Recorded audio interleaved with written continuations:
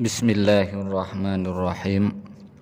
Qala al-musannifu rahimahumullahu ta'ala wa nafa'ana bihi wa bi'ulumihi fid dharain amin. Wal maqalatu salisatu an Abi Bakrin as-Siddiq man dakhala al-qubra bila zadin ay minal amali salihi fa ka'annama raqibal bahra bila safinatin ay fayaghraku gharqan la khalasa lahu illa biman yunkiduhu kama qala sallallahu alaihi wasallam mal mayyitu fi qabrihi illa kal gharikil mughawwis ay talibi li ayyughasa. Sekarang memasuki makalah yang ketiga dari bab sunai, bab yang berisikan dua kata. Wal maqalatu, adapun mau'izah atau maqalah as-salisatu yang ketiga, diriwayatkan an Abi Bakrin as-Siddiq, dari Abu Bakar as-Siddiq radhiyallahu anhu. Isinya mau'izah, man dakhalal qabrah bila zadin, man adapun seseorang, dakhalah yang memasuki siapa man al qabrah pada kuburan, yakni alam barzah, bila zadin dengan tanpa membawa bekal, ay yakni minal amali dari amal atau perbuatan as-solihi yang soleh atau yang baik, faka'annama maka seperti halnya raqibah melewati siapa man al-bahrah pada lautan bila safinatin dengan tanpa perahu. Karena tanpa perahu ai yakni fayaghraku maka tenggelam siapa man atau seseorang, gharqan dengan tenggelam sungguhan, la khalasah yang tidak ada pertolongan itu maujud lahu bagi seseorang, illa kecuali biman mendapat pertolongan seseorang, yungkidu yang menolongi siapa man hu pada orang tenggelam.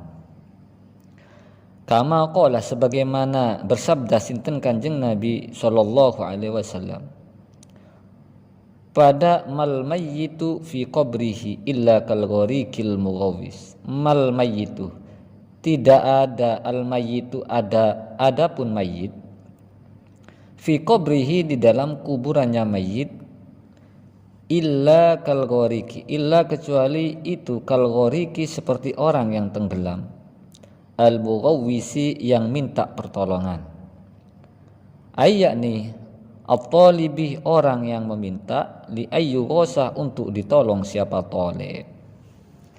Jadi makalah yang ketiga ini memberi pesan orang yang meninggal, yang sudah memasuki alam barzah, kalau dia tanpa membawa bekal, tanpa dia membawa amal yang soleh, kata Abu Bakar as-Siddiq, itu ibaratkan orang yang mengarungi bahtera dengan tanpa alat, dengan tanpa perahu. Jadi orang yang menyeberangi lautan tanpa perahu atau tanpa kapal, ya pastinya fayaghraku gharqan, maka dia pasti tenggelam, la khalasalahu yang tidak ada pertolongan bagi dia kecuali terdapat seseorang yang menolonginya.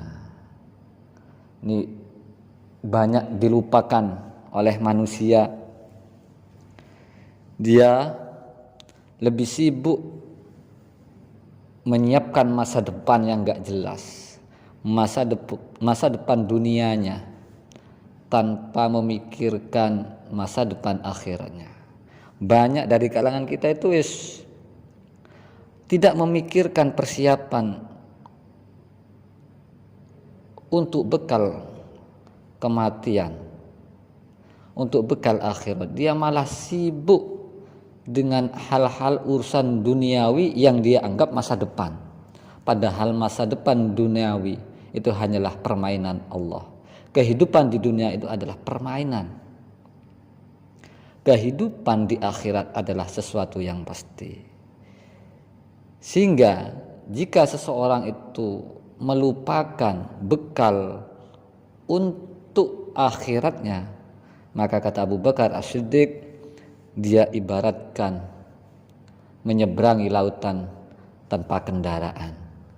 Apa yang terjadi? Pasti dia akan tenggelam kecuali terdapat orang yang menolongnya. Apa yang menolongnya? Ya amal solehnya.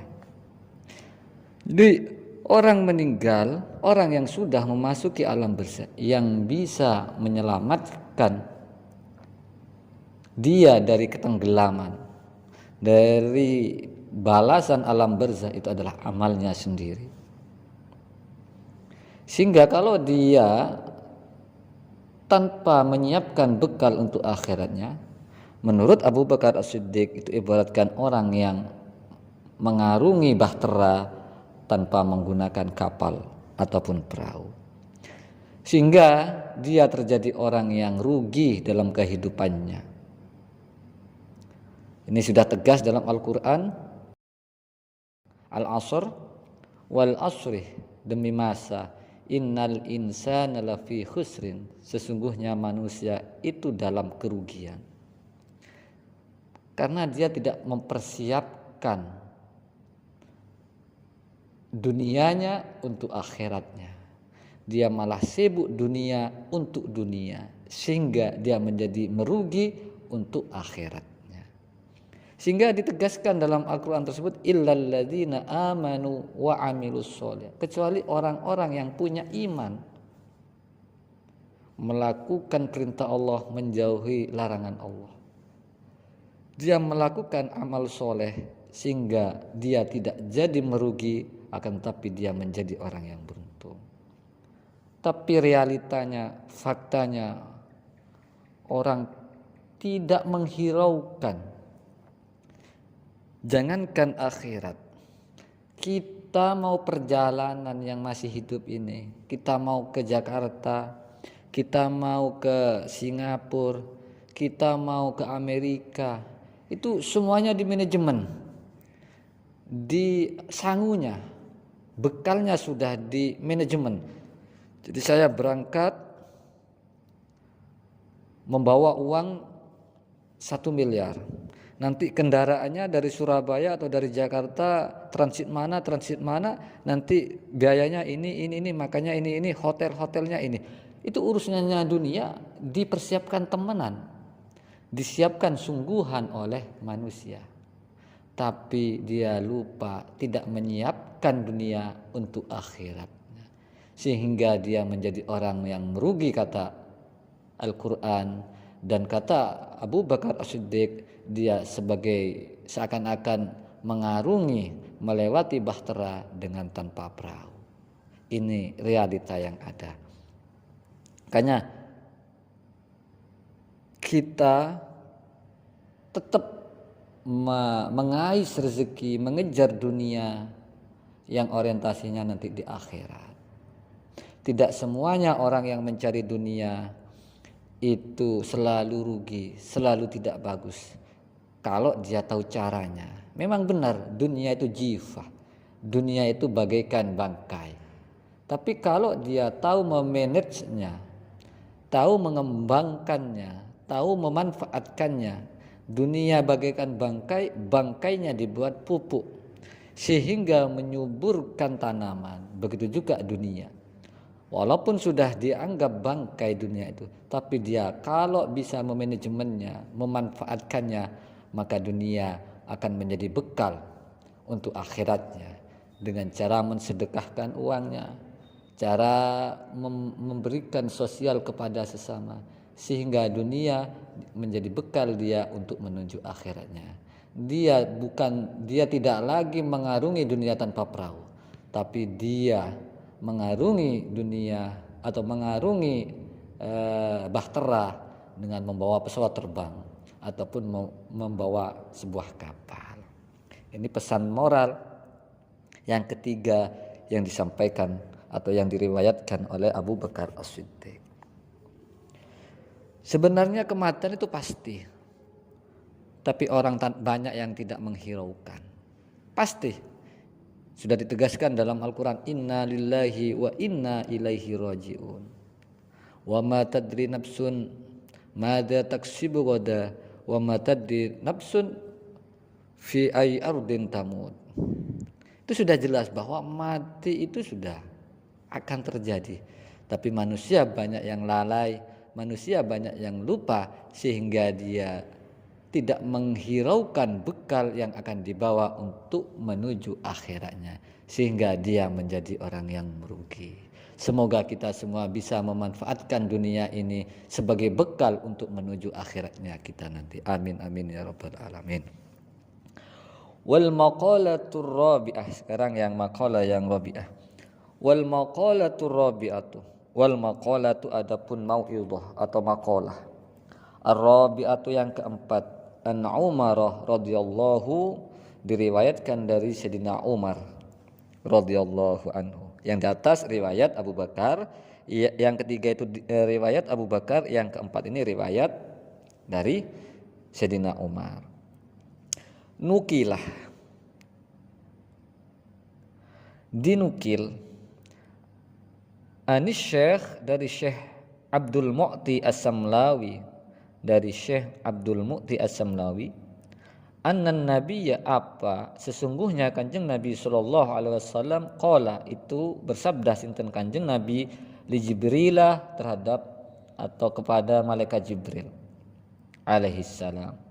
Apa sabdanya Kanjeng Nabi kepada malaikat Jibril? Ya Jibril, sif, menyifatilah jenengan wahai Jibril, li kepadaku, hasanati Umarah, pada beberapa kebaikannya Umar. Wahai Jibril, ceritakanlah kepada saya, kata Kanjeng Nabi kepada Jibril, sifatilah kebaikannya Umar kepada saya, kata Kanjeng Nabi. Faqalah, lalu menjawab siapa malaikat Jibril pada lafaz lau kanatil biharu midadan wasyajaru aklaman lama hasortuha. Lau kanat, jika ada, al biharu, apa beberapa lautan, midadan itu beberapa tinta, wasyajaru dan pepohonan, aklaman itu beberapa pena, lama hasortu, maka sungguh tidak akan bisa menghitung siapa saya pada hasanati Umar. Kata malaikat Jibril menjawab, Muhammad, kebaikannya Umar itu seandainya lautan sebagai tintanya, pohon sebagai penanya, maka saya tidak akan bisa menghitung kebaikan Sayyidina Umar.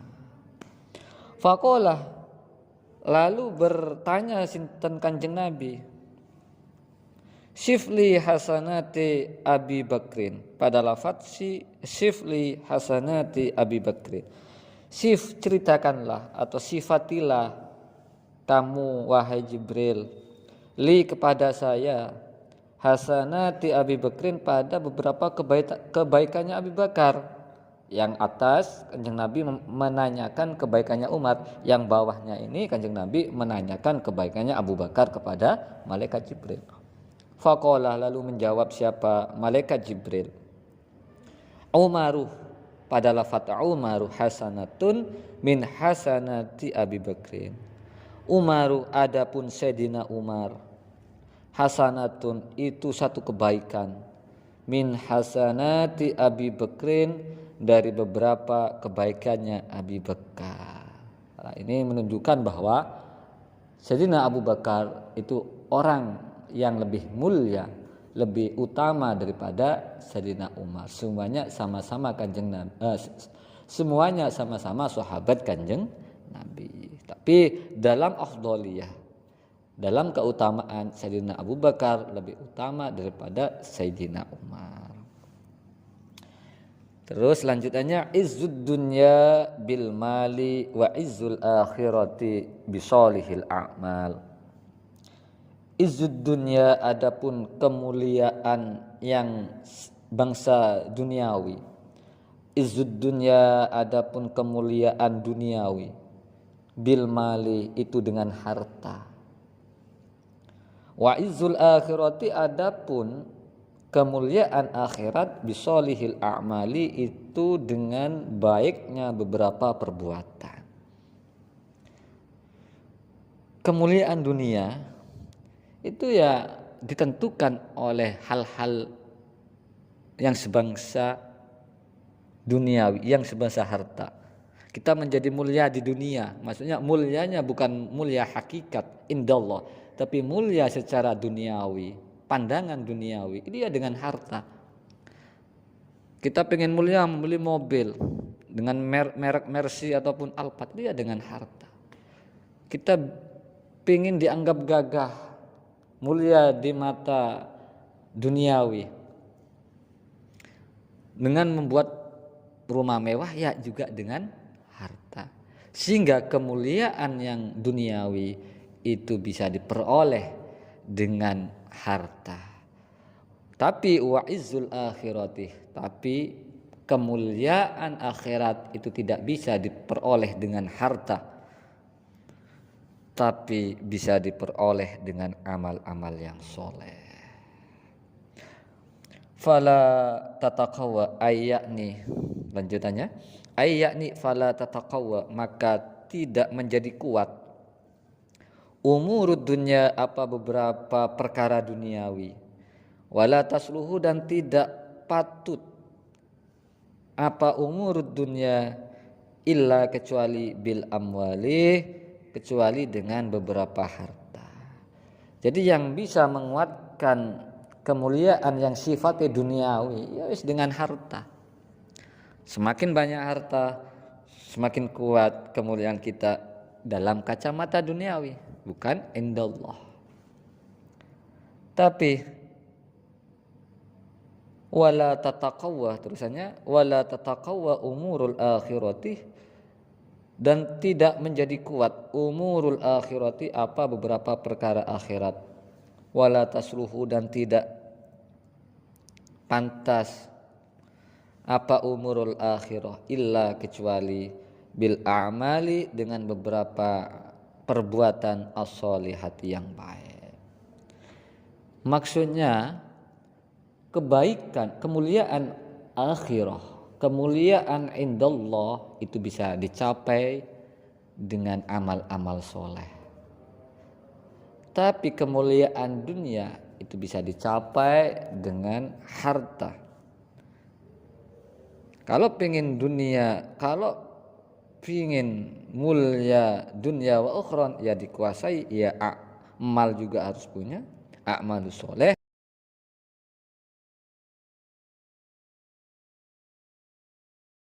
Hanya dibuat bakti sosial, disedekahkan kepada orang yang tidak mampu, sehingga kita di dunia mulia dan di akhirat pun juga menjadi mulia. Sekarang maqalah yang kelima, wal maqalatul khamisatu. Wal maqalah, adapun mau'izah atau maqalah al khamisatu yang kelima. An Utsmana, diriwayatkan dari Sayyidina Utsman, yang ketiga ya, Abu Bakar sudah, Umar sudah, sekarang Utsman radhiyallahu anhu. Sayyidina Utsman ini juga sahabat Kanjeng Nabi plus menantu Kanjeng Nabi. Kalau Abu Bakar sahabat Kanjeng Nabi plus mertua Kanjeng Nabi, ayah dari Sayyidatuna Aisyah. Lah makalah yang kelima itu diriwayatkan dari Sayyidina Utsman. Nah Sayyidina Utsman ini orang yang kaya, sehingga kaya itu tidak semuanya menjadi jelek. Orang yang kaya itu bukan orang yang jelek, orang yang duniawi, tidak. Asalkan dia bisa memanajemen, bisa mentasarrufkan hartanya pada tempat yang semestinya, yang sudah dianjurkan oleh syariat.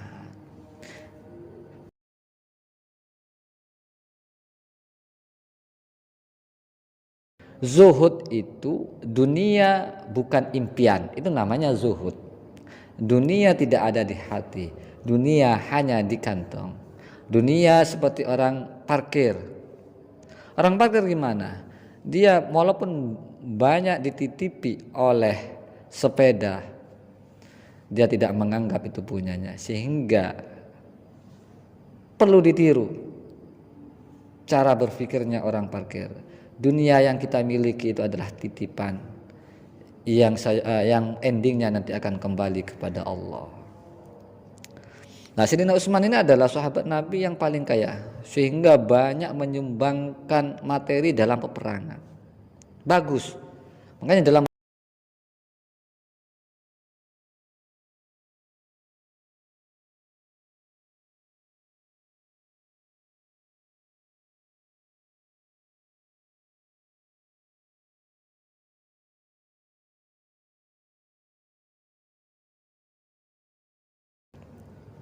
apa isi makalah yang kelima yang diriwayatkan oleh Utsman, Sayyidina Utsman?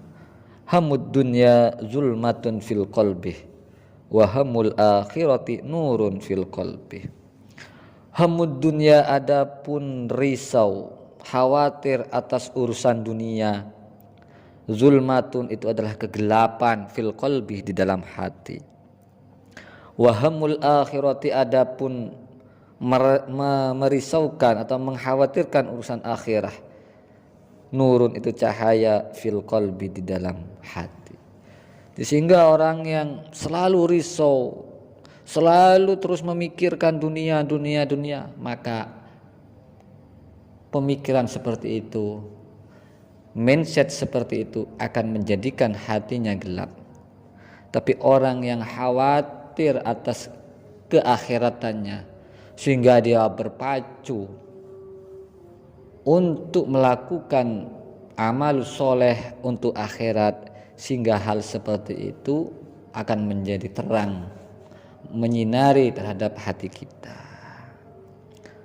Karena orang yang selalu khawatir atas dunia, maka dia akan selalu mengejar dunia, semuanya dunia yang dikejar. Tidak ada orientasi akhirat. Sehingga orang yang mempunyai watak seperti itu, orang yang mempunyai pemikiran seperti itu, hatinya akan gelap. Kenapa? Isinya wis ambek dunya. Toh pun dia meraih semua yang ia capai urusan dunia, ya tetap tidak akan menyinari, malah dia menjadi sumpek dan lain sebagainya. Tapi kalau orang yang risau atau atas akhiratnya, dia merasa tidak punya